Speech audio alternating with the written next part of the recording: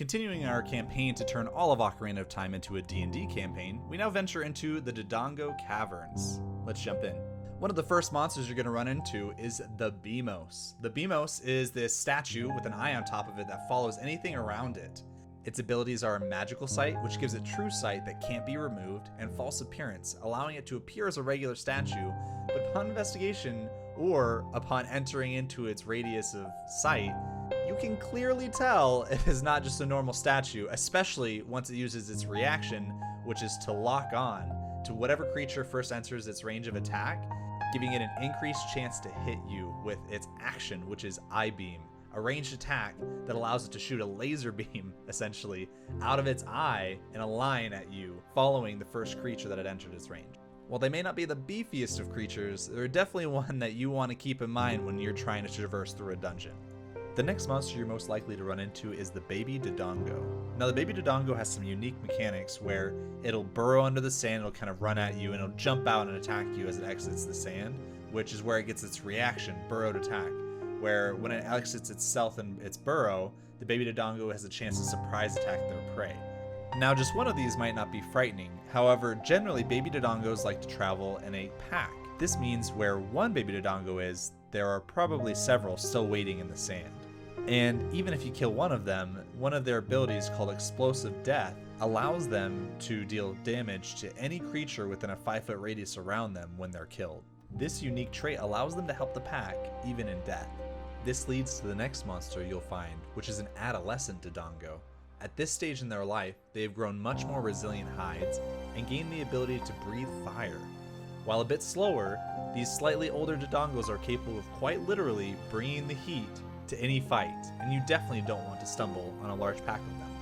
Now, as you make your way a little further into the dungeon, you may find yourself in a room alone with some interesting horned statues holding swords and shields.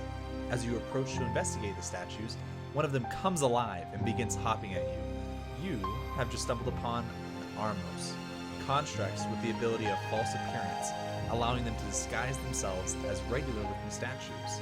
While these statues do appear quite intimidating, they can be defeated rather easily by simply knocking them prone so they are unable to get back up. This doesn't mean you have nothing to fear though. Similar to baby Dodongos, Armos explode upon death, causing damage to anything in a 10-foot radius around them.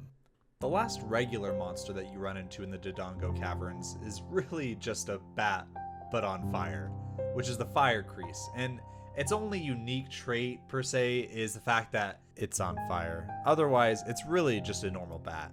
Moving outside the normal monsters you encounter though, this dungeon shows us our first mid-dungeon boss, which comes in the form of the Lizalfos. Now the Lizalfos in the Ocarina of Time are generally equipped with a sword and minimal armor atop their scaled bodies. They're very agile and generally try to get in quick attacks and then jump out before the enemy can retaliate. These creatures often function in mated pairs, where they will attack and swap out as one of them gets hurt. And this unique mechanic plays into their bonus action, skittish nature, allowing them to jump up to 15 feet away without provoking any sort of opportunity attack from surrounding enemies. Otherwise though, they perform rather similar to most humanoids that hold a sword and shield. Although, to be able to capture the unique fight with the Lizalfos, it's important they have a lair. Nothing crazy with the lair actions, just a lair where they can have lava all around them and they have individual platforms they can jump in between with their bonus action at various heights, so they're able to really take advantage of how agile they are. Which leaves us with our final creature of this dungeon, King Dodongo. I'll start with the lair, a rather open cavern with puddles of lava strewn about and falling down the sides of the walls with a small lake of lava at its center. King Dodongo himself is a huge bipedal beast with a massive head and tail. His scales providing incredible natural armor, giving him resistance to regular, piercing, and slashing attacks, as well as immunity to fire. He has the ability to breathe fire, and in the process also the ability to swallow medium or smaller creatures in front of him. And while he cannot breathe fire while he has swallowed an enemy, the enemy he has swallowed takes acid damage every turn they spend inside the belly of the beast. Another unique ability for King Dodongo is how he can use his action to roll 30 feet in a straight line, dealing damage to anything that wasn't able to move out of the way. And a really cool way to handle the fight if your players are being really clever, they could use the bomb bag that players receive in the dungeon by preparing a reaction of throwing the bomb at King Dodongo when he attempts to swallow, so the bomb goes off inside him. This could stun King Dodongo for a turn, plus deal the normal damage of a bomb, allowing the players an opportunity to absolutely wail on the boss. Which leads us right into the unique items found within the Dodongo Caverns, which really only come down to two things: the Spiritual Stone of Fire and the Bomb Bag. Now normally the Spiritual Stone of Fire is really only used to be able to access the Temple of Time within Ocarina of Time, but in order to be able to give it a little more flair, I also added the Blessing of Din so that it could be used to give immunity to fire as well. This way, even though it's later used as an important item, it's still something they can also use as cool power up right now. Now with the Bomb Bag, I essentially turned it into a weakened fireball that the player could pull out of the bag once per day. And instead of doing fire damage, it does force damage. Now, of course, you also get the heart container at the end of the dungeon. However, since we've already covered that item, I'm just gonna, going forward, leave it as an honorable mention.